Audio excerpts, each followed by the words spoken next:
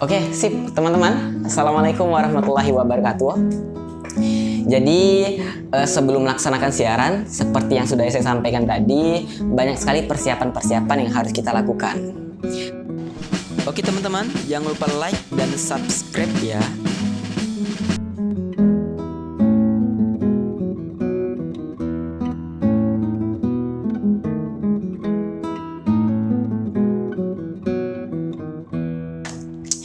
Oke teman-teman, jadi sebelum melakukan siaran biasanya kita harus ngecek-ngecek dulu nih peralatan-peralatan ya, agar kegiatan proses siaran bisa berjalan dengan baik. Jadi pesan yang ingin disampaikan pun tersampaikan dengan baik pula.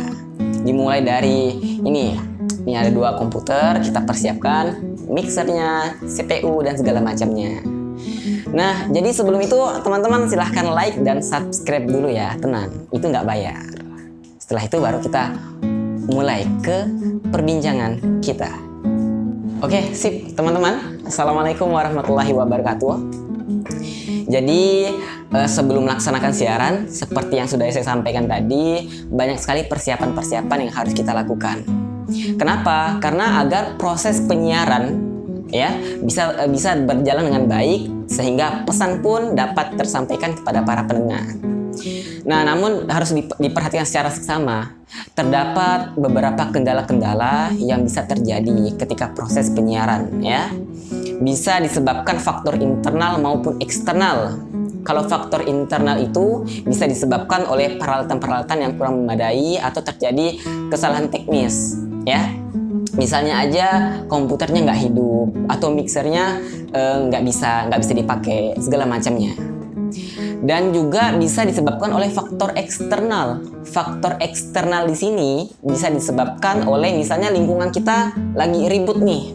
Nah itu bisa mempengaruhi efek yang ada di dalam sini. Nanti suaranya bisa kedengaran juga. Nah itu kurang bagus.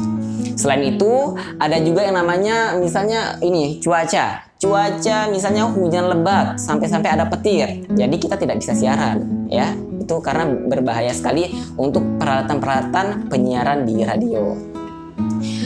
Teman-teman, begitu juga proses kita melakukan komunikasi dengan Allah Subhanahu wa Ta'ala maupun dengan sesama manusia. Kalau bahasa kita itu hablum minallah, hablum minannas.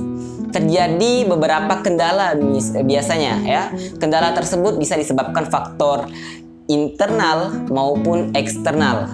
Faktor internal misalnya kita mau tahajud tapi kita begadang 1 malaman, jadi ketika mau sholat tahajud itu tidak maksimal. Atau mau puasa tapi nggak sahur atau dalam keadaan kurang fit, itu juga bisa mempengaruhi proses kita beribadah kepada Allah ya.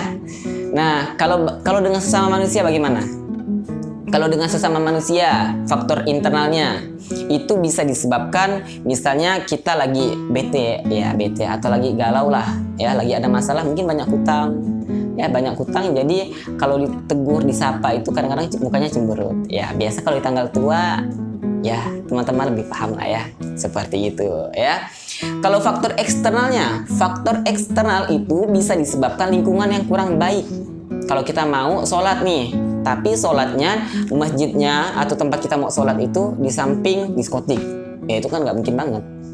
Atau kita mau puasa tapi kita berada di lingkungan orang-orang nggak puasa, bahkan mereka malah lagi makan asik-asik gitu kan ya, buat kita ngiler. Kalau faktor eksternal kita dalam berkomunikasi dengan sesama manusia ya, itu bisa disebabkan karena jarak yang jauh ya. Kalau jarak yang jauh kita nggak punya kuota, itu juga bisa disebabkan faktor-faktor eksternal. Oleh sebab itu melakukan sebuah komunikasi itu harus sinkron antara faktor internal dan juga eksternal.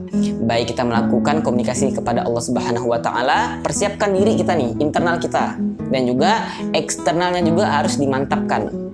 Dan untuk berkomunikasi dengan sesama manusia juga harus demikian, mantapkan faktor internalnya, internal kita dan juga eksternal. Nah semoga bermanfaat untuk kita semua agar kita lebih baik lagi dan lebih cerdas lagi dalam berkomunikasi. Untuk Anda semua, selamat berkomunikasi.